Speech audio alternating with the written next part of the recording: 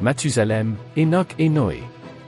La vérité indescriptible sur Mathusalem, Enoch et Noé, pourquoi Dieu lui a donné une si longue durée de vie. Dans les vastes récits de la Bible, se trouve l'homme qui détient le record de longévité parmi les humains de la Bible. Imaginez tout ce qu'il aurait pu voir, vivre et apprendre au cours de ses années de vie sur Terre. La Bible affirme clairement que tous les jours de Mathusalem étaient de 969 ans selon Genèse 5 verset 27. Cependant, de nombreux mystères entourent sa vie que beaucoup ne comprennent pas. Mathusalem occupe une position unique dans l'arbre généalogique complexe tissé dans les premiers chapitres de la Genèse. Né d'une lignée marquée par une longévité extraordinaire et des rencontres divines, son histoire relie les mondes de l'homme et de Dieu. À cette époque, les gens vivaient pendant des siècles, dans une ère différente où l'humanité était encore étroitement liée à ses origines, et le monde était jeune et frais. Adam et Ève eurent d'autres fils et filles après Caïn et Abel. Avec la croissance de leur famille, naquit la civilisation elle-même. Selon la Bible, après la naissance de Seth, Adam vécut 800 ans et eut d'autres fils et filles, Genèse 5 verset 4.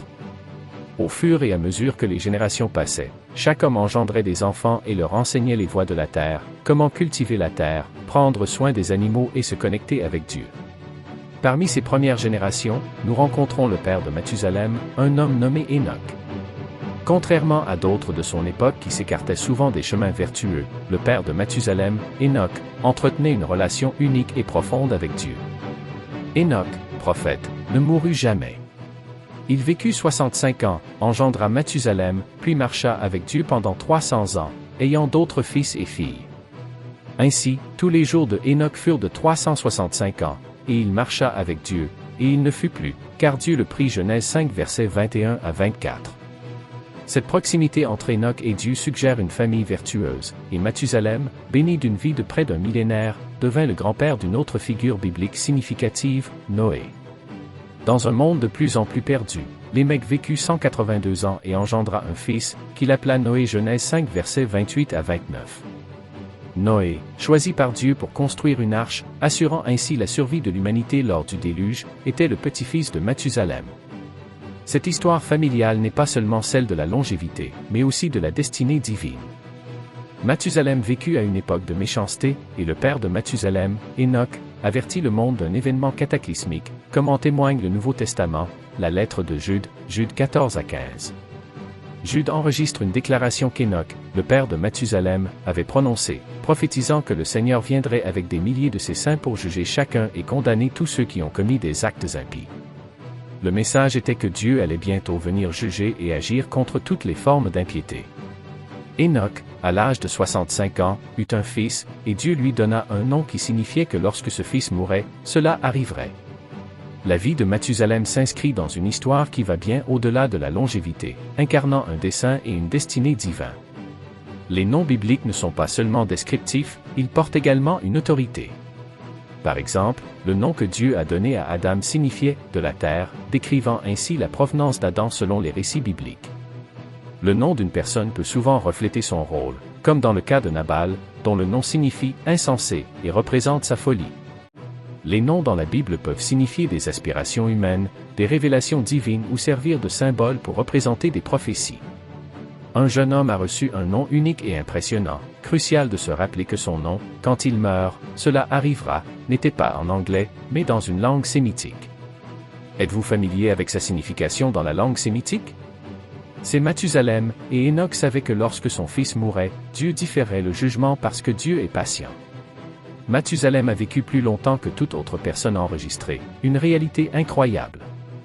Après 969 ans, Mathusalem est décédé, et le jour suivant, une pluie abondante a commencé, entraînant des inondations. Le petit-fils de Mathusalem, Noé, n'est pas seulement célèbre pour son âge remarquable, mais aussi pour la signification intrigante de son nom. Ce nom dans la Bible offre des indices pointant vers la connexion profonde entre la vie de Mathusalem et un événement capital de l'histoire humaine. La synchronisation de la mort de Mathusalem a une importance significative.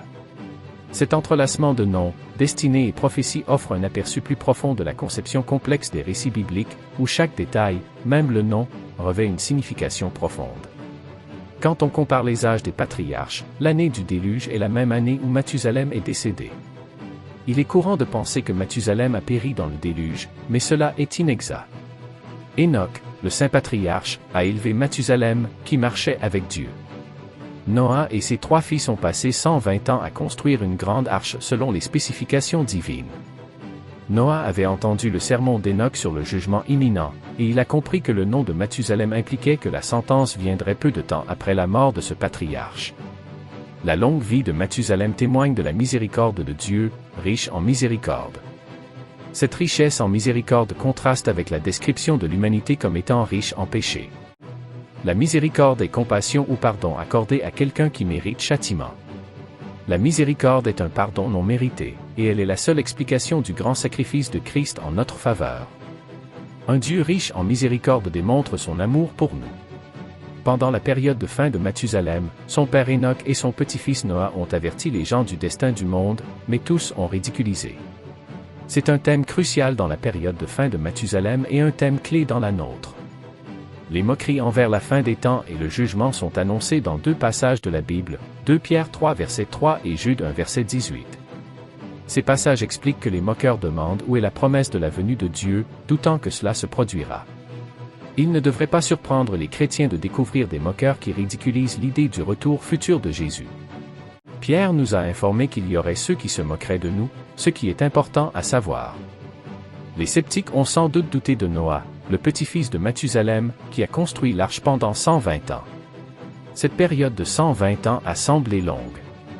Aujourd'hui, nous observons la même attitude chez les sceptiques qui pensent que les chrétiens attendent depuis trop longtemps. Parlant du retour de Jésus depuis 2000 ans, il n'est toujours pas revenu. Le récit selon lequel les sceptiques se répandent repose sur l'hypothèse que les choses ont toujours été comme elles le sont actuellement et que Dieu n'a rien fait et ne fera rien de nouveau dans le plan qu'il a pour la création. Lorsque nous maintenons cette idée, il leur échappe que par la parole de Dieu, les cieux existaient depuis longtemps et que la terre a été formée à partir de l'eau et par l'eau, à travers laquelle le monde de l'époque a été détruit par un déluge d'eau. Mais par sa parole, les cieux et la terre actuelle sont réservés pour le feu, gardés pour le jour du jugement et de la destruction des impies, 2 Pierre 3 versets 5 à 7. Lorsque Dieu a initialement formé la terre, elle avait une apparence différente, et de nouveau après le déluge, elle avait une apparence différente. Par conséquent, personne ne devrait minimiser la promesse de Dieu qui la rendra à nouveau différente en la jugeant par le feu plutôt que par l'eau. La même parole de Dieu qui a créé toute matière et jugé le monde lors du déluge apportera un jour un jugement de feu sur la terre. La leçon enseignée par le déluge était que c'est un univers moral, que le péché ne restera pas impuni éternellement, et Jésus lui-même a utilisé le déluge pour pointer vers cette réalité, mais ces hommes ont choisi de le négliger. Ce qui nous semble une éternité est pour Dieu un court laps de temps, tout comme une heure peut sembler une éternité pour un enfant mais un moment pour un adulte. Le Seigneur n'est pas lent à tenir sa promesse. Dieu est miséricordieux, mais la réalité est qu'il tiendra sa promesse et le fera promptement selon le timing qu'il a déterminé. Tout retard perçu de notre perspective est dû à la longanimité de Dieu qui accorde à l'homme autant de temps que possible pour se repentir. Nous avons maintenant la miséricorde de Mathusalem. Un nombre significatif de personnes qui se disent chrétiennes dans l'ère moderne sont soulagées que Jésus ne soit pas revenu il y a 10 ans, 5 ans, 2 ans, 1 an, voire 2 mois. Il y a une raison miséricordieuse dans le timing que Dieu a choisi. Pierre révèle ici une partie du cœur glorieux de Dieu, la même pensée exprimée en Ézéchiel 33 verset 11, « Je suis vivant, dit le Seigneur, l'Éternel, ce que je ne prends point de plaisir à la mort du méchant, mais à ce que le méchant se détourne de sa voie et qu'il vive. » Tout comme la longue vie de Mathusalem témoigne de l'amour patient de Dieu pour ceux qui sont perdus, cela peut donner l'impression qu'il retarde son arrivée, mais la réalité est qu'il arrivera à un moment donné dans le futur. Lorsque Jésus reviendra, ce sera à un moment inattendu, comme un voleur dans la nuit, surprenant de nombreuses personnes. Le résultat ultime de sa venue sera une transformation totale de ce monde, où les cieux passeront avec un grand bruit et les éléments fondront avec une chaleur ardente. Les moqueurs dominaient les jours de Noé et de Mathusalem, laissant à Dieu peu de choix que de les détruire tous et de recommencer avec Noé, le seul homme juste sur la terre, Genèse 6 versets 5 à 8. Nous constatons déjà une augmentation des moqueurs dans notre monde aujourd'hui, et plusieurs facteurs peuvent contribuer à cette hausse. Il y a plus de sceptiques dans le monde maintenant que jamais, et il y a probablement plusieurs causes à cela. En tournant le dos à la Bible, la société moderne a perdu tout sens du bien et du mal, du vrai et du faux. Dans ce climat, toute personne affirmant connaître la vérité est une cible privilégiée pour les moqueurs. Le monde à l'époque de Mathusalem, comme mentionné précédemment, nous révèle que la Terre a connu des changements dramatiques, non seulement dans les paysages, mais aussi dans les cœurs des personnes qui y vivaient, pendant la vie incroyablement longue de Mathusalem. Le monde avait pris un tournant sombre. L'humanité, autrefois créée dans l'innocence, plongeait désormais plus profondément dans les chemins de la méchanceté et de la rébellion. Dieu constata que la méchanceté de l'homme était grande sur la terre, et que toute pensée de son cœur était continuellement mauvaise. Genèse 6 verset 5. Il semblait que l'humanité avait perdu son chemin, s'éloignant du divin pour se rapprocher du chaos.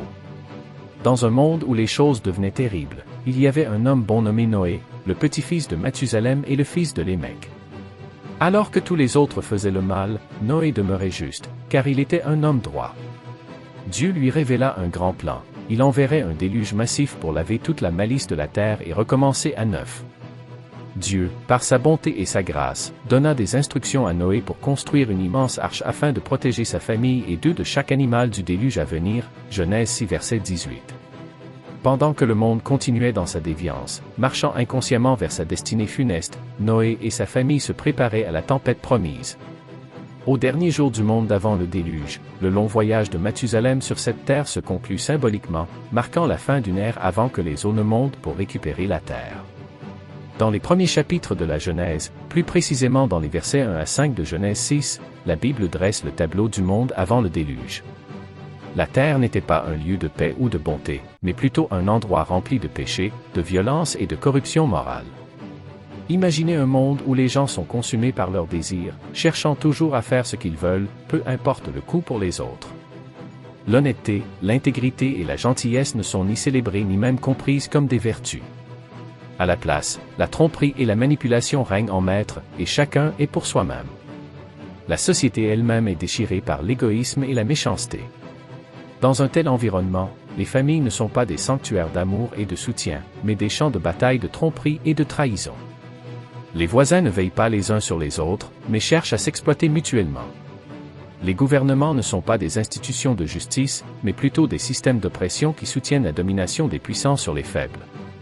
Maintenant, ajoutez à ce monde chaotique un développement inhabituel, les Néphilim. La Bible dit que les fils de Dieu virent que les filles des hommes étaient belles, et ils prirent pour femmes celles qu'ils choisirent. Genèse 6 verset 2. Ces filles de Dieu sont souvent interprétées comme des anges déchus, bien que le terme soit quelque peu ambigu. Les descendants de ces unions, les fils de Dieu et les filles des hommes, devinrent les héros d'antan, les hommes renommés, Genèse 6 verset 4. Les Néphilim étaient spéciaux, différents des gens ordinaires. Ils étaient forts et grands, mais ils aggravèrent les problèmes du monde. Ils étaient admirés, craints, et peut-être même vénérés, éloignant les gens du vrai Dieu qui les avait créés. Leur puissance les rendit objets d'admiration, mais ils faisaient partie d'un monde s'enfonçant davantage dans le chaos et le péché. C'est dans ce contexte que Dieu constata la méchanceté de l'humanité. Mais même au milieu de ce chapitre sombre de l'histoire humaine, il y avait une lueur d'espoir, un homme nommé Noé, qui trouva grâce aux yeux du Seigneur. Genèse 6 verset 8. Mathusalem vécut à l'époque de Noé, ce qui signifie qu'il vécut à la fin de ce monde. Ainsi, connaître le monde de Mathusalem, c'est connaître le monde de Noé. Quelle était la période de Noé? Tout comme cela s'est produit au jour de Noé, il en sera de même au vous. Jésus met en lumière que, comme au temps de Noé, les gens vaquaient à leurs activités quotidiennes telles que manger, boire, se marier, jusqu'au jour où Noé entra dans l'arche et le déluge vint et les détruisit tous. Il en était de même au jour de l'eau, où les gens mangeaient, buvaient, achetaient, vendaient, plantaient et construisaient, jusqu'au jour où l'eau quitta Sodome et qu'il plut le feu et le soufre du ciel, les détruisant tous. Ce sera de même le jour où le Fils de l'homme sera révélé. Luc 17 versets 26 à 30. Jésus utilise l'exemple du temps de Noé pour expliquer que le monde continuait ses activités quotidiennes, comme manger, boire et se marier. C'était également l'époque de Mathusalem, où tout le monde poursuivait simplement sa vie. Nous sommes également dans les temps de Mathusalem, le monde continue de progresser même si nous sommes dans les derniers jours. Tout était normal jusqu'à ce que Noé et sa famille entrent dans l'arche, moment où le déluge cataclysmique survint et détruisit toute la population. Jésus n'a pas dit que tout serait bien ou qu'il n'y aurait pas de problème. Les conditions avant le déluge et avant le jugement de Sodome et Gomorrhe étaient terribles, mais la méchanceté était acceptée comme habituelle et routinière. Le mot traduit par « révélé » est « apocalypto », d'où provient notre mot moderne « apocalypse ». Cependant, le mot grec ancien a l'idée de révélation ou de dévoilement. Lorsque le déluge de Noé arriva, on peut imaginer des gens essayant de sauver leurs biens alors qu'ils périssaient en vain. De même, si quelqu'un est prêt pour le retour de Jésus, il ne se souciera pas des biens matériels laissés derrière lui. Leur concentration ne devrait pas être sur ce qui est dans la maison, mais sur ce qui est au ciel. Viendra un moment où toutes vos opportunités d'obéir à Dieu auront disparu. Certaines personnes raillent les prédications et enseignements sur l'enfer ou tout jugement imminent, les percevant comme des tactiques d'intimidation destinées à effrayer les enfants et les insensés. Ils estiment qu'ils sont trop sages pour y croire. Plus que tout autre sujet, Jésus a parlé de l'enfer. Considérez les innombrables exemples de personnes qui ont eu l'occasion de faire ce qui était juste et ont ensuite perdu cette opportunité pour toujours. Le ravissement de l'Église est le prochain événement sur la ligne prophétique de Dieu. C'est l'une des grandes espérances de la foi chrétienne et entourée de mystères. Quand cela se produira-t-il? À quoi ressemblera l'expérience? Que nous enseigne la Bible sur l'enlèvement? Lorsque le Seigneur reviendra du ciel, son apparition et l'élévation de son peuple pour le rencontrer dans les airs seront visibles pour le monde entier, un événement connu sous le nom de enlèvement. Il y a un dernier aspect des derniers jours auquel Jésus fait référence, et il était présent dans les sociétés de Noé et de Lot. Jésus mentionne 8 activités spécifiques: manger, boire, se marier, se donner en mariage, acheter, vendre, construire et planter. Il n'y a rien d'intrinsèquement pécheur dans aucune de ces activités. Alors quel était le problème? Le problème était qu'ils étaient tellement immergés dans ces activités qu'ils ne reconnaissaient pas les jours dans lesquels ils vivaient. Je résumerai ce problème en un mot, le matérialisme. Ils étaient tellement immergés dans le matériel qu'ils n'avaient plus aucune compréhension ni vigilance pour le spirituel et l'éternel. Le dernier trait distinctif des jours de Noé et de Lot était donc le matérialisme. Quelle quantité de matérialisme existe-t-il dans le monde aujourd'hui? Je dirais que la civilisation occidentale en est pratiquement inondée, et l'Église n'en est nullement exclue. De nombreux chrétiens professants sont tout aussi matérialistes dans leur cœur que les incroyants. Les jours de Noé, le récit parallèle dans Luc 17 verset 26 utilise cette formulation: « Comme cela arriva au jour de Noé, il en sera de même au jour du Fils de l'homme. » Pour comprendre les jours avant le retour de Jésus, nous devons donc découvrir à quoi ressemblaient les jours de Noé. Cette exploration nous permet donc d'examiner le livre de Genèse pour en tirer des leçons essentielles très positives pour notre marche avec le Seigneur. 1. Avertissement pour la survie. Nous avons présenté les éléments maléfiques évidents dans les jours de Noé et de l'eau. Comme nous l'avons vu, diverses formes de mal étaient répandues. Cependant, il serait erroné de clore cette image des jours de Noé et de l'eau sans montrer également le côté positif, car il y avait un côté positif à 2 égards principaux. Il y a un côté excellent aux jours de Noé, car la Genèse 6 verset 9 dit « Voici la postérité de Noé ». Noé était un homme juste et intègre dans ses générations. Noé marchait avec Dieu. Parmi toutes ces personnes, il y avait un homme qui entretenait une relation personnelle intime avec Dieu. Dieu pouvait lui parler et lui expliquer comment il percevait la situation et le jugement qu'il apporterait. En tant que croyant, Noé établit un modèle que nous devons suivre. Noé et sa famille furent les seuls survivants de cette tragédie. Il me semble évident que seuls ceux qui vivent comme Noé et sa famille survivront aujourd'hui. Noé n'a pas été laissé dans l'ignorance de ce qui allait arriver. En tant que fidèle serviteur de Dieu, il a reçu directement de Dieu une révélation surnaturelle de ce qui allait se passer sur la terre et de la manière dont lui et sa famille pouvaient s'y préparer, y faire face et survivre. Dieu a averti Noé et lui a montré une voie à suivre. 2. L'héritage de Mathusalem. Les détails spécifiques de la vie de Mathusalem restent rares dans les Écritures, mais une chose est sûre, il a vécu à travers une époque inédite, témoignant d'un monde que nous ne pouvons qu'imaginer. L'héritage de Mathusalem s'étend au-delà de ces impressionnantes années, sa lignée se poursuit jusqu'à Noé, son petit-fils. L'histoire humaine serait à jamais changée grâce à Noé, devenu le phare de l'espoir et de la survie pendant le grand déluge. Et Noé était âgé de 500 ans, et Noé engendra Sem, Cham et Japhet. Genèse 5 verset 32. Ainsi, grâce à la lignée de Mathusalem, l'humanité a eu une deuxième chance, posant les bases d'un nouveau chapitre dans la grande narration de l'humanité.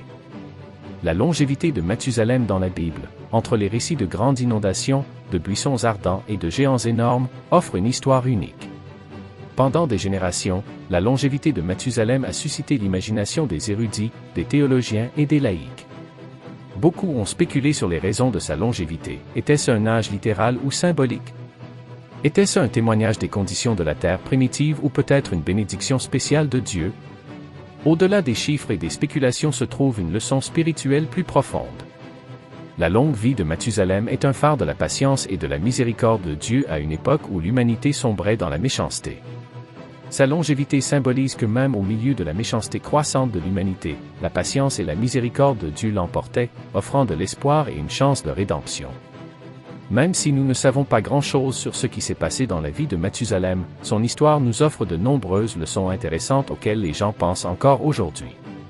3. La valeur du temps. La durée de vie époustouflante de Mathusalem incite à réfléchir sur la valeur du temps.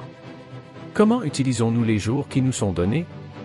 Ce n'est pas tant la durée de notre vie qui importe, mais comment nous utilisons notre temps. La brièveté de la vie, même pour Mathusalem, la vie a finalement pris fin pour lui. Son histoire nous rappelle la brièveté de l'existence, même pour le plus longtemps d'entre nous. Le psaume 90 verset 12 dit « Enseigne-nous à bien compter nos jours, afin que nous appliquions notre cœur à la sagesse. » 4. L'héritage et la lignée. Mathusalem était le grand-père de Noé, l'homme choisi par Dieu pour construire l'arche. Grâce à la lignée de Mathusalem, l'humanité a été sauvée du grand déluge. Cela nous enseigne que notre héritage ne se limite pas à nos réalisations, mais concerne également la manière dont nous influençons et guidons les générations après nous. 5. La foi et le plan de Dieu. Mathusalem a vécu dans une époque tumultueuse, mais sa longue vie rappelle la patience et la miséricorde de Dieu alors que l'humanité s'enfonçait dans la méchanceté. Sa vie symbolise que même au milieu de l'accroissement de la méchanceté de l'humanité, la patience et la miséricorde de Dieu prévalaient, offrant espoir et possibilité de rédemption. En conclusion, bien que Mathusalem ait vécu dans des temps difficiles, sa vie a laissé une empreinte significative sur l'histoire humaine, offrant des leçons qui résonnent encore aujourd'hui. Le nom de Mathusalem pourrait faire allusion au déluge survenant après sa disparition. Cette interprétation renforce l'idée du timing divin et de la confiance dans le plan plus vaste de Dieu, tout comme le suggère le livre des Proverbes, chapitre 3, versets 5 à 6, « Confie-toi en l'Éternel de tout ton cœur, et ne t'appuie pas sur ta sagesse. Reconnais-le dans toutes tes voies, et il aplanira tes sentiers. » Le mystère de la grâce de Dieu. Comme mentionné précédemment, Mathusalem a vécu à une époque où la méchanceté de l'homme était grande, et pourtant il a été comblé de longévité. Sa vie témoigne du mystère de la grâce et de la miséricorde de Dieu, un thème répété dans Éphésiens, chapitre 2, versets 8 à 9, « Car c'est par la grâce que vous êtes sauvés, par le moyen de la foi. Et cela ne vient pas de vous, c'est le don de Dieu, ce n'est point par les œuvres, afin que personne ne se glorifie. » Prions maintenant. Père Céleste, aujourd'hui, nous sommes émerveillés par la vue d'ensemble de la vie, rappelés par le parcours de Mathusalem qui s'étend au-delà de ce que la plupart d'entre nous peuvent imaginer. Ces 969 années témoignent de ton grand dessein et des mystères de la vie. Seigneur, tout comme tu as soutenu Mathusalem à travers d'innombrables levers et couchers de soleil, nous te demandons de nous guider à travers nos jours, aussi nombreux soient-ils. Aide-nous à valoriser chaque instant, à voir la beauté dans l'éphémère et l'éternel, et à comprendre que nos vies, bien que courtes en comparaison, sont remplies de desseins. Rappelle-nous l'importance de la patience, de la foi persistante à chaque souffle que nous prenons, chaque défi que nous affrontons et chaque joie que nous célébrons. Que la longévité de Mathusalem nous inspire à chérir notre temps, approfondir notre foi et nous appuyer sur tes bras éternels. Au précieux nom de Jésus, nous prions. Amen. Si cette exploration a suscité une résonance dans votre cœur, nous vous encourageons à partager vos témoignages dans la section des commentaires. Vos expériences peuvent édifier et inspirer d'autres chrétiens, car à travers vos témoignages, le nom de Dieu est glorifié dans les cieux. Soyez abondamment bénis. Amen.